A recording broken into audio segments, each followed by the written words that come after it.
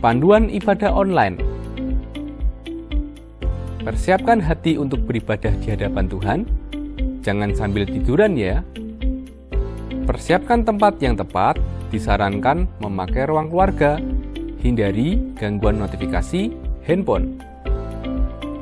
Persiapkan waktu untuk fokus beribadah. Jangan selfie, komen-komen, atau ngobrol sendiri. Pakailah pakaian yang sopan, yang menunjukkan sikap hormat beribadah. Persiapkan hati anak-anak untuk ibadah bersama, jangan sambil makan.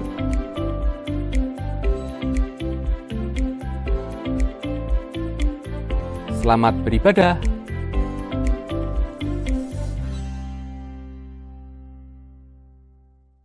Shalom teman-teman FMC, apa kabarnya? Semua baik-baik saja kan?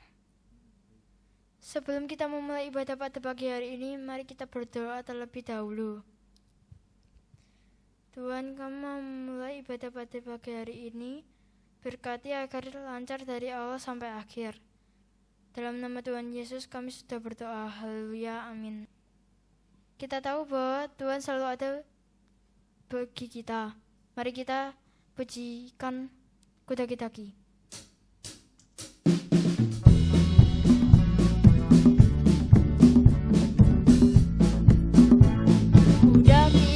Daki-daki gunung yang tinggi, ku turun lembah yang dalam, ku melewati padang gurun hijau membentang. Yesus besertaku, di kanan kau ada, di kiri kau ada, di atas dan di bawah kau ada. Di suka kau ada, di duka pun kau ada, karena Engkau Yesusku. Daki terbang luar angkasa, ku selam dalam samudra, ku dayung perahu di sungai. Yesus besertaku, di kanan kau ada, di kiri kau ada, di atas dan di bawah kau ada. Di suka kau ada, di duka pun kau ada, karena Engkau Yesusku.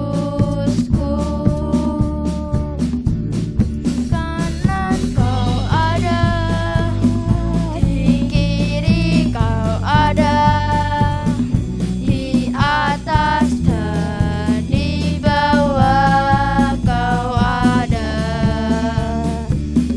Di suka kau ada, di duka pun kau ada, karena Engkau Yesusku. Karena Engkau Yesusku.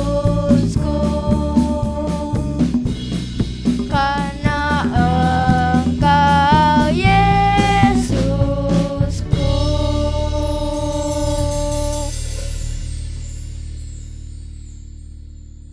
Meskipun badan kita besar, mau kecil, mau tinggi, mau pendek, kita tetap dicintai oleh Tuhan. Mari kita pujikan Big or Small, Short and Tall.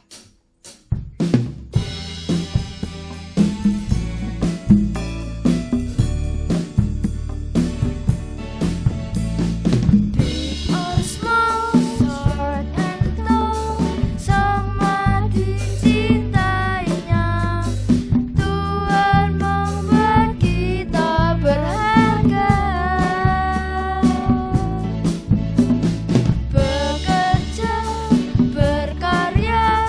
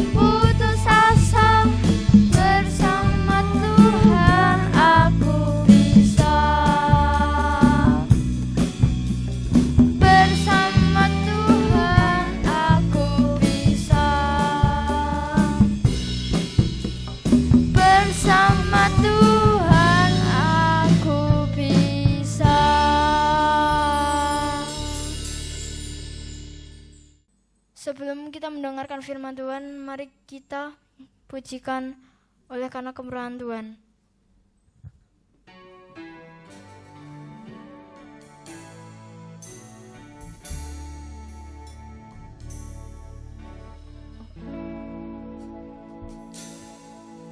Oleh karena kemurahan Tuhan, ku ada sampai hari ini. Oleh karena kebaikan Tuhan, janji-Mu terjadi bagiku. Ku sembah Kau Tuhan, ku mengangkat tanganku, selamanya Kau ajaib bagiku. Ku sembah Kau Tuhan, ku mengangkat wajahku, selamanya Kau hebat bagiku.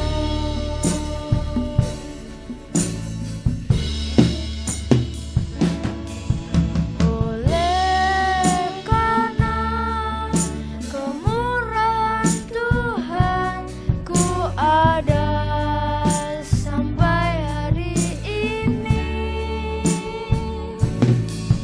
Oleh karena kebaikan Tuhan, janji-Mu terjadi bagiku.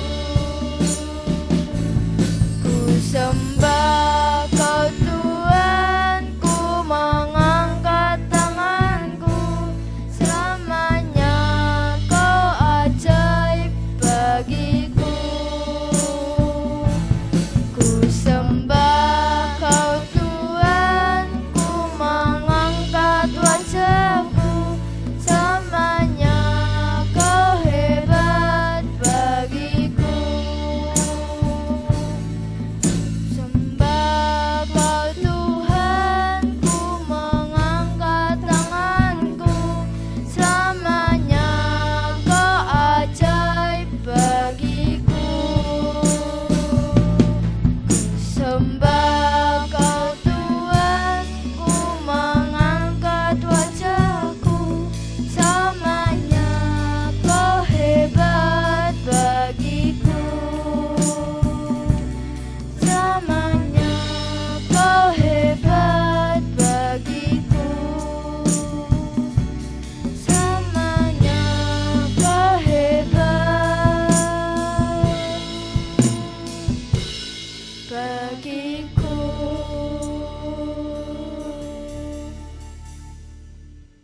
Tuhan, kami mau mendengarkan firman Tuhan. Berkati agar firman Tuhan menjadi pelajaran bagi hidup kita. Dalam nama Tuhan Yesus kami sudah berdoa. Haleluya, amin. Shalom teman-teman Flame Sisi, gimana kabarnya hari ini? Masih tetap semangat kan? Hari ini kita mau sama-sama belajar kebenaran firman lagi. Tapi sebelum itu kita mau sama-sama berdoa dulu ya. Mari kita berdoa. Tuhan Yesus, kami mengucap syukur dan terima kasih atas berkat-Mu hari ini Tuhan. Kami anak-anak-Mu Flame Sisi mau duduk diam untuk belajar kebenaran firman-Mu. Kiranya Tuhan memberikan kami hikmat agar kami dapat mengerti, dan Tuhan menolong kami agar kami dapat melakukannya di kehidupan kami sehari-hari. Terima kasih Tuhan Yesus, dalam nama Yesus kami sudah berdoa. Amin. Nah, hari ini kita mau sama-sama belajar tentang buah roh yang kelima, yaitu kemurahan. Jadi, apa itu kemurahan? Kemurahan adalah keadaan di mana kita dengan sukacita dan rela berbagi segala berkat yang kita terima dari Tuhan, agar orang lain juga merasakan dan menerima berkat dari Tuhan itu sendiri. Kemurahan itu juga bisa disebut dengan murah hati. Nah, sekarang apa itu murah hati? Kita mau lihat di Lukas pasal 6 ayat 36 dan 37. Di sana dikatakan, hendaklah kamu murah hati sama seperti Bapakmu adalah murah hati. Janganlah kamu menghakimi, maka kamu pun tidak akan dihakimi. Dan janganlah kamu menghukum, maka kamu tidak akan dihukum. Ampunilah, maka kamu akan diampuni. Jadi di sini dikatakan seperti Bapamu adalah murah hati. Jadi murah hati itu adalah suatu keadaan hati yang tidak menghakimi, tidak menghukum, dan mau mengampuni. Jadi kenapa kita harus murah hati? Karena Bapa yang di surga sudah terlebih dahulu tidak menghakimi kita. Bapa yang di surga sudah terlebih dahulu tidak menghukum kita. Dan Bapa yang di surga yang sangat-sangat mengasihi kita, yang tinggal di dalam hati kita, Dia memberikan pengampunan kepada kita, maka kita juga bisa dan mau untuk mengampuni orang lain. Jadi kalau misalnya teman-teman Flame CC punya teman yang suka ngejek, kita juga harus mau mengampuni mereka dan kita juga tidak boleh menghukum mereka. Nah, saat ini kita mau belajar tentang kemurahan dari seorang tokoh di Alkitab yang bernama Yusuf. Sudah pada tahu kan Yusuf itu siapa? Yusuf itu adalah anak ke-11 dari 12 bersaudara. Yusuf ini lahir saat ayahnya sudah tua, jadi kakak-kakaknya sudah pada besar-besar. Dan Yusuf ini sangat disayang oleh ayahnya. Karena disayang oleh ayahnya, Yusuf ini diberikan jubah oleh ayahnya, dan jubahnya itu jubah yang sangat indah. Dan kakak-kakaknya menjadi iri karena hal itu. Mereka berpikir, kenapa hanya Yusuf yang diberi, sedangkan yang lain tidak? Kenapa kakak-kakaknya yang harus bekerja mengembalakan kambing domba, sedangkan Yusuf enak-enakan saja di rumah? Lalu, suatu hari Yusuf itu bermimpi. Dalam mimpinya itu ada matahari, ada bulan, ada gandum-gandum, yang kemudian menyembah Yusuf. Dia ceritakan mimpi itu kepada ayahnya, ibunya, dan kakak-kakaknya. Kemudian marahlah kakak-kakaknya itu. Dan semenjak itu mereka semakin membenci Yusuf. Kemudian suatu hari Yusuf ini disuruh sama ayahnya untuk mengantarkan makanan kepada kakak-kakaknya yang bekerja di ladang. Ketika kakak-kakaknya melihat Yusuf, mereka berkata begini, "Ini dia anak yang tidak tahu diri. Mari kita bunuh saja dia." Lalu apa yang terjadi teman-teman? Mereka rebut jubah Yusuf dan melemparkan Yusuf ke dalam sumur. Kemudian lewatlah pedagang-pedagang dan kakak-kakaknya itu berpikir, sudahlah daripada Yusuf kita bunuh, kita jual saja dia supaya dia jadi budak di Mesir. Maka diangkatlah Yusuf dari sumur dan dijual. Lalu di Mesir Yusuf ini bekerja sebagai budak di rumah keluarga Potifar. Meskipun demikian, Alkitab mencatat Tuhan sayang sama Yusuf. Tuhan menyertai Yusuf sehingga Yusuf diberkati dan segala sesuatu yang dikerjakannya menjadi berhasil. Karena itu tuannya Yusuf, yaitu Bapak Potifar, senang dengan Yusuf. Tapi kemudian Yusuf ini difitnah oleh istri Potifar. Dia dimasukkan ke dalam penjara. Tapi meskipun Yusuf di dalam penjara, Tuhan pun tetap sayang sama Yusuf.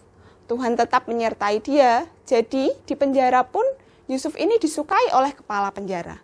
Sehingga dia dipercayakan berbagai perkara di penjara. Ada suatu masa di mana Yusuf ini bisa menerjemahkan mimpi dari 2 orang yang di penjara juga. Dan terjemahannya itu teman-teman ternyata benar. Setelah beberapa waktu, raja yang memerintah di tempat itu yaitu Firaun mendapat mimpi. Dan dia sangat terganggu dengan mimpinya itu. Dia panggil orang-orang pintar, dia panggil ahli-ahli mimpi. Namun tidak satupun dari mereka yang dapat mengartikannya. Lalu orang yang dulu yang sama-sama di penjara sama Yusuf, yang mimpinya pernah diartikan sama Yusuf, berkata sama rajanya, "Saya tahu orang yang bisa mengartikan mimpi raja." Kemudian raja menyuruh, panggil Yusuf gitu. Kemudian dibawalah Yusuf kepada Firaun, dan Yusuf bisa mengartikan mimpi dari Firaun itu. Bahkan nggak hanya itu teman-teman, karena Yusuf diberikan hikmat oleh Tuhan, maka Yusuf ini juga bisa memberikan solusi atau jalan keluar dari mimpi Firaun itu. Kemudian Firaun jadi senang. Kemudian Firaun ini mengangkat Yusuf menjadi orang berkuasa kedua di Mesir. Lalu beberapa waktu setelah itu terjadi kekeringan dan kelaparan di berbagai bangsa. Tetapi di negara Mesir tidak terjadi kelaparan karena Yusuf sudah melakukan tindakan pencegahan. Kemudian datanglah kakak-kakak Yusuf untuk menemui Yusuf. Mereka ini ketika datang sudah nggak ngenalin Yusuf lagi, namun Yusuf tahu mereka. Sekarang bayangin kalau misalnya teman-teman bagaimana jadi Yusuf melihat kakak-kakaknya. Pasti gini, ini dia kakakku yang dulu mau bunuh aku, yang jual aku, yang membuat aku jadi kesusahan. Menurut teman-teman, Yusuf kasih nggak mereka makanan? Yusuf kasih. Bahkan Yusuf pelihara mereka. Malah Yusuf juga membawa seluruh keluarganya untuk tinggal di Mesir agar mereka tidak kelaparan. Nah, teman-teman di sini kita bisa belajar. Yusuf itu sudah mengerti dan tahu Tuhan sayang sama dia. Karena itu Tuhan juga sudah mengampuni dia. Maka Yusuf mau bermurah hati untuk mengampuni kakak-kakaknya.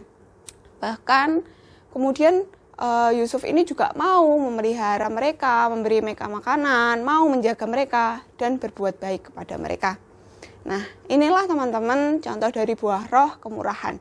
Karena Tuhan sudah mengampuni kita, Tuhan tidak menghakimi kita, Tuhan tidak menghukum kita, tapi justru Dia yang dihukum gantikan kita di kayu salib. Karena itu Tuhan yang ada di dalam diri kita pasti menolong, pasti memampukan kita agar kita dapat bermurah hati, kita bisa mengampuni, kita bisa memaafkan, kita bisa dengan sukacita berbagi berkat yang kita terima kepada orang lain, kita juga tidak menghakimi dan tidak menghukum sesama kita. Mari kita berdoa. Tuhan Yesus yang baik, terima kasih kami anak-anak-Mu Flame CC sudah sama-sama belajar kebenaran firman-Mu, belajar untuk bermurah hati. Kami juga belajar dari tokoh Yusuf, bagaimana beliau bermurah hati kepada kakak-kakaknya. Tuhan, tolong mampukan kami agar kami juga bisa seperti Yusuf, mau mengampuni, tidak menghukum, mau bermurah hati. Terima kasih Tuhan, dalam nama Yesus, amin.